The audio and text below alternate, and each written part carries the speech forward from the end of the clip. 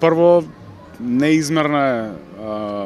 среќата која што јас ја чувствувам кога ја гледам среќата кај струмичанки и струмичани кои што се презадоволни од овој преубаво украсен плоштад со новогодишниот и божикниот базар, па со настаните со Кока-кола и навистина така како што треба сите граѓани и граѓанки да доживеат моменти на кога сите треба да бидеме исполнети со позитивна енергија, кога треба да тргнеме на страна целиот негативитет во текот на годината, сите стресни ситуации, барем за момент да ги заборавиме, секако да бидеме фокусирани на решавање на проблемите, но навистина, не знам, со дечињата, со семејствата да излеземе на струмичкиот плоштад и да уживаме во оваа новогодишна бајка. Градоначелник, одминува 2023, пошто би ја паметиле оваа година и што може да се очекува од 2024?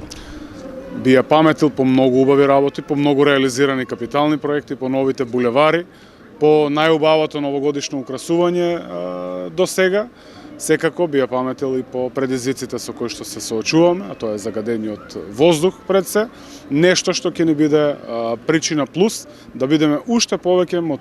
фокусирани на решавање на тој горлив проблем за сите нас како граѓани на општина Струмица. Која е она порака што сака Костадинов до жителите на општина Струмица, но и до сите во Македонија да ја упатите по повод престојните празници?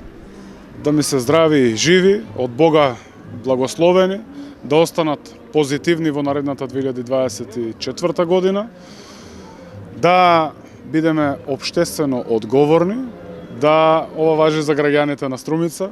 да си го почитуваме јавното добро како свое, затоа што Струмица е на сите нас и од сите нас зависи колку повеќе ја сакаме Струмица, колку повеќе ја чуваме Струмица, толку и таа уште повеќе ќе ни возвраќа со добри и позитивни работи. Каде ќе ја дочека новата година Костадинов? Со итните служби во општина Струмица.